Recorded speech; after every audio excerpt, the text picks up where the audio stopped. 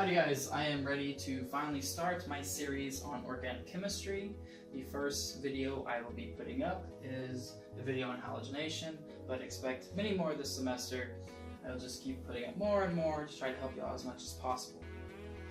Okay, so with halogenation, there are many forms of attaching halogens onto organic compounds. The three major ones I'll be covering is at least right now, is radical formation, which will lead to like a mono, di, tri substitute products, but you do that with alkanes. I'll be covering one you do with pi bonds, so with alkenes and alkynes. And I'll be covering electrophilic aromatic substitution that adds chlorine, bromine, or iodine onto a ring as well. Alright, so the first one I'll be talking about is the radical formation. Now, every radical will start out with an initiation step. That is what starts the radical formation. In this case, you use chlorine, bromine, or iodine, presence of light, and that light will end up splitting off an electron from both and forming chlorine radicals. The chlorine radical can undergo various reactions, most of which are considered propagation reactions, which means they form another radical. So here's an example where a chlorine radical reacts with chlorine to form chlorine radical and chlorine. So it really just goes in a loop. So that doesn't really lead to anything new, but it's still a type of propagation.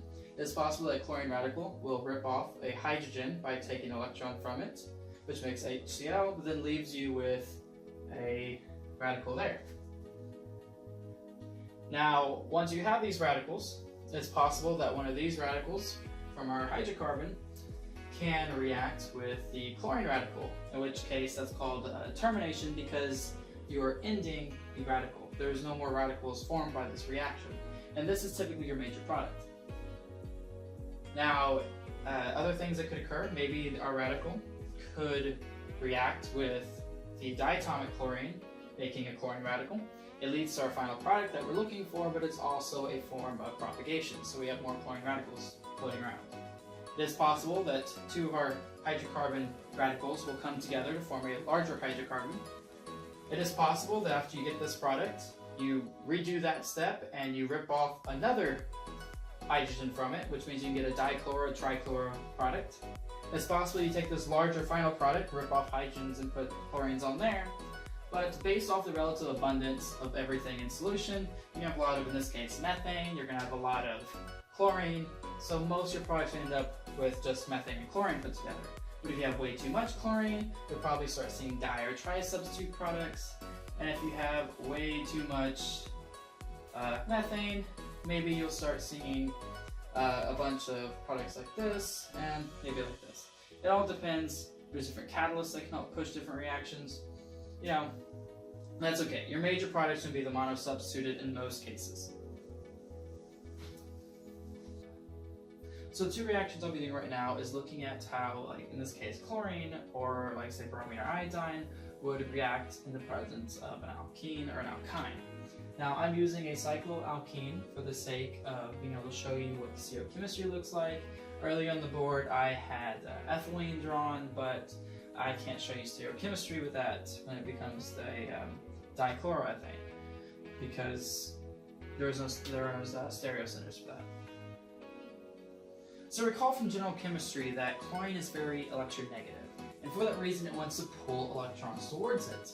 And double bonds are great sources of loose-ish electrons.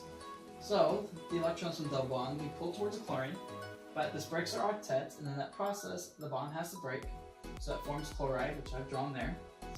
But now we have a chloride, or chlorine, and we have a positive charge located here because we're missing a bond.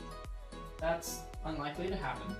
So we'll notice that these electrons will pull towards it, which I have shown by this arrow, and you'll see a formation of something like this.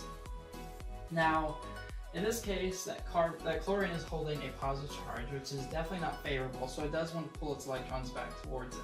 Okay. So this chloride will either attack from the top or the bottom, and let's just say it attacks from the bottom. So if it attacks from here, that means that this chlorine is facing upwards. And if we have this one facing up and this one comes in from the bottom, we get opposite stereochemistry. And that would be the reason why we see this anti-addition across double bonds. Now when we look at triple bonds, we see a very similar thing occur.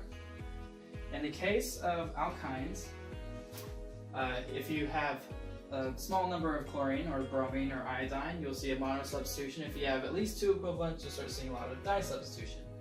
First thing that occurs is very similar. We see this electron density pull towards the chlorine, breaks that bond, this establishes there, so we see, again, we have our positive chlorine being produced.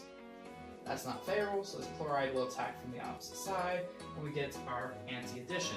From there, all the steps are the same. We end up forming another chloride up here, then the other one attacks from underneath, and then we get our disubstituted product. And that is how the chlorine will end up attacking double and triple bonds. Alright, so we're looking at a couple more reactions. The first one we're going to look at is electrophilic aromatic substitution, specifically of chlorine in this case. For this reaction, I can use native halogens, and I can either use, like in this case I'm using chlorine, aluminum chloride, or I can use iron chloride. So aluminum or iron work very well for this. Basically what ends up happening is that once this reacts, the chlorine gets substituted onto the ring, and we're left with HCl. Alright, so the great thing about iron or aluminum is that they typically make 3 bonds, but they can make 4 because an octet is still a thing. So if we have some iron chloride in solution, or aluminum if you want to use that, I can pull more electron density towards it. So if I pull electron density towards it, this chlorine then becomes more positive. That chlorine's more positive, and these electrons want to pull towards it, which then makes this chlorine more positive. And in that case, that makes this what we call an electrophile, since it has a positive charge on it, and it is also quite electronegative.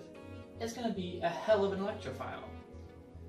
So our aromatic ring is actually a source of electrons. So this will function as a nucleophile, which will attract the positive charge, and we can draw these electrons pulling towards it. Now once that occurs, chlorine will substitute onto there. Now I'm drawing the hydrogens here. This is benzene, so there is a hydrogen on every one of these, but I'm going to draw it in this case just to make it more obvious. But once a chlorine is substituted, cool, but we broke aromaticity. We now have an sp3 carbon, and that shouldn't be a thing because for the aromatic, it will only be sp2, so we can have resonance. So now these have 4 chlorides on there, so any of them can break off in solution, but one of the chlorides can grab onto that proton. This can function as a base, rip off that proton, and then these electrons can come back inwards, re-establishing aromaticity. And that is electrophilic aromatic substitution, specifically in the case of adding halogens. We'll cover more on that later because there's acylations and things like that we'll need to cover as well. This other one I did not draw on the board earlier, but it's another attack on pi bonds. This time we're using HCl. So we are only going to add 1 chlorine, we're not going to add 2. But this uses a completely different mechanism as what we showed before.